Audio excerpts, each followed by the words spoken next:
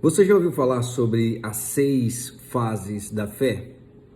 Olha só, nós estamos estudando o material Conhecendo Deus e Fazendo Sua Vontade e chegou a um momento aqui onde o autor fala que Deus tem um propósito ao falar conosco. Ou seja, quando Deus nos chama, quando Deus tem algo para realizar e nos convida a nos juntar a Ele, primeiro Ele nos transforma, né? Porque Ele tem um propósito ao falar. E aí, enquanto eu estava fazendo esse material, eu tenho lido este livro aqui do Rick Warren, chamado Criados para Sonhar. E aí ele fala sobre essas 6 fases da fé. É mais ou menos assim, ó. Deus, quando Ele nos chama de verdade, Ele nos dá um sonho. Esse sonho você pode chamar de visão, você pode chamar de propósito, é aquela missão que você sabe que você tem que realizar. Isso para alguns já é muito claro e evidente. Então, depois que o Senhor Deus nos chama, acontecem mais 5 fases, sendo esta a primeira. A segunda fase, qual é? É a tomada de posição. Depois que Deus nos chama, nós precisamos nos posicionar. Ou seja, precisamos dar passos em relação à realização desse propósito. Isso é como pisar na água, tirar o pé do barquinho e colocar fora, no mar revolto. Isso é como marchar, como aquele povo lá que saía do Egito junto com Moisés, né? Quando Deus falou assim, olha, diga ao povo que marche. Quando eles começaram a marchar, o mar se abriu. Isso é como remover a pedra para que a ressurreição de Lázaro aconteça. Então, é um momento onde nós precisamos nos posicionar e dar passos em direção ao propósito que Deus nos deu. A próxima fase é a fase da espera. Quando nós olhamos o contexto bíblico, nós percebemos que muitos homens e mulheres esperaram décadas até a realização do seu propósito. Eles tiveram que esperar. E esse é um grande desafio para todos nós que somos chamados por Deus, porque os dias de hoje, eles impõem sobre nós uma urgência gigantesca, não é? Tudo muito rápido, até conhecida, os tempos de hoje são conhecidos como os tempos da geração micro-ondas, porque tudo tem que ser de imediato. Só que na Bíblia não é assim.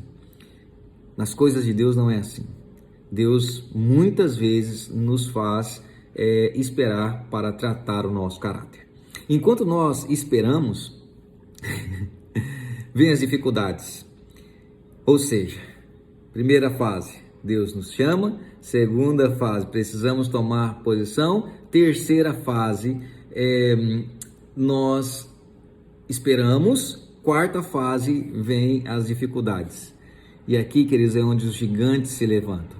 Aqui é onde nós precisamos lutar, onde as coisas ficam muito, muito difíceis. E é assim, querendo ou não, é assim que funciona. E depois vem a quinta fase, né? A quinta fase que o Rick Warren, no seu livro Criados para Sonhar, fala, é a fase do impasse. Sabe o que é o impasse?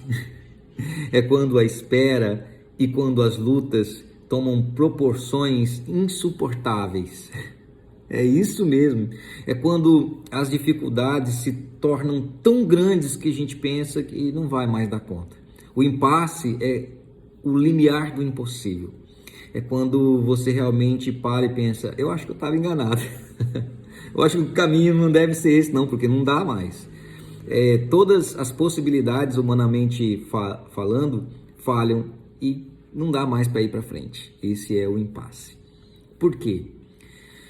Porque Deus precisa nos tratar, porque Deus precisa nos curar, Deus precisa nos transformar, Deus precisa trabalhar no nosso caráter. É através da espera, é através das dificuldades e do impasse que Deus realmente nos faz pessoas novas.